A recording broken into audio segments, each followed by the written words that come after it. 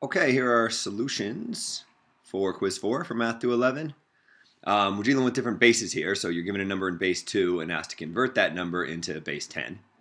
And the way we'll do that is kind of following our donut shop example from class. The way to think about it is that these digits can be thought of as boxes of donuts, the first digit being single donuts, the next digit being boxes of 2, and then 4, 8, 16, 32. Let's see, how many do I need here? 64, 128, and 256. And I think I have enough boxes here to fill up all these digits. Let's see if it works. Sort of the idea will be to write that number below here, fill out an order form if you want. So let's see, I got writing this number backwards, 1, 0, 0, 0, and then 1, 1, 0, and then 0, 1, 1. And yeah, it looks like I have just enough boxes here, so this will work out perfect. So the idea is if you bought one box of 256 donuts and one box of 128 and one of 16 and 18 or 8 and so on, how many donuts would you have? Well, we just got to add up all these numbers. We've got to add up 256 plus 128 plus 16 plus 8 plus 1. I think I accounted for all of them there. So let's see. Easy way to do this. Well, 16 and 8 is 24. One more is 25. If this were 125 and 25 more, I'd have 150, but it's 3 more than that.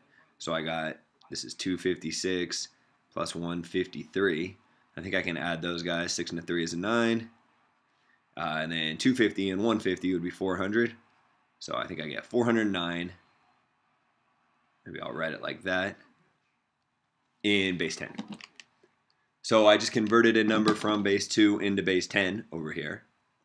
In this one, what I'm asked to do is convert it from base 2 to base 16, which there's two different ways you can do that. One way would be just like what we did up here, convert it into base 10, because then once you have a number in base 10, you can convert that to base 16. I'm going to do the other method that we learned in class, where we again start by writing this number, so I guess we can think about all our boxes.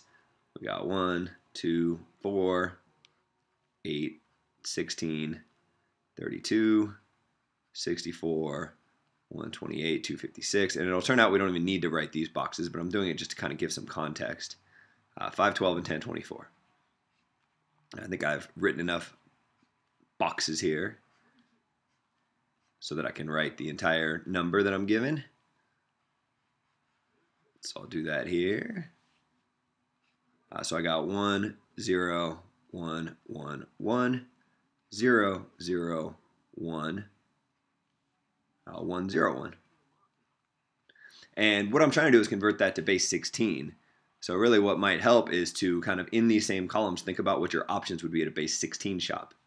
Well, at a base 16 shop, I could buy single donuts, or my smallest box would contain, game over, would contain boxes of, or a box of 16 donuts. And 16 squared ends up being 256. So my next option as far as box size go would be to buy in this size.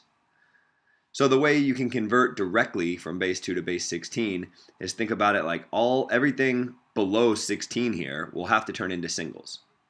So if you think about how many donuts you have in these 4 boxes, you got 8 plus 4 more plus 1 more, so that's 13. So I would need 13 single donuts here.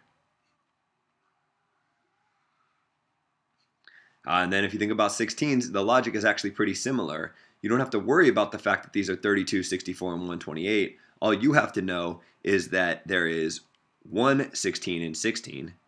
There are 2 16s in 32. There are 4 16s in 64. And there are 8 16s in 128. That same pattern I have over here of 1, 2, 4, 8 holds here. So all I have to do is figure out how many boxes of 16 I would get. Well, let's see, I would get 4 plus 8 more, which would be 12. Put a 12 right there. And then kind of that same logic from 256 on. A box of 256 is 1 box of 256. 512 is 2 boxes. 1024 is 4 boxes. So I have 4 plus 1 more, which gives me 5. So this right here, 5, 12, 13, would be my number in base 16. But I don't want to write 5, 1, 2, 1, 3 because the reader will think that that means 3 singles and 1 box of 16 and 2 boxes of 256 and so on. So instead I'll use my key that A is how we represent the base 10 concept of 10. B is 11, C is 12, D is 13, and that's all I need, but as long as I'm here, I'll point out that E is 14 and F is 15. So what I can do is instead of writing 5, 12, 13, I can write 5, C, D. And that would end up being my answer in base 16. Okay, and then this last one here, as far last in terms of converting, I'm given a number that might look like a base 2 number, but it's not. It's actually a base 10 number that I'm asked to convert into base 2. So the options in base 2, well, I've listed them up here. They're boxes of size 1, 2, 4, 8, 16, 32, 64, 128, 256, 512, 1024. And then the next size would be 2048. So I want to go home with 1,101 donuts. So the question is, what size boxes would you need?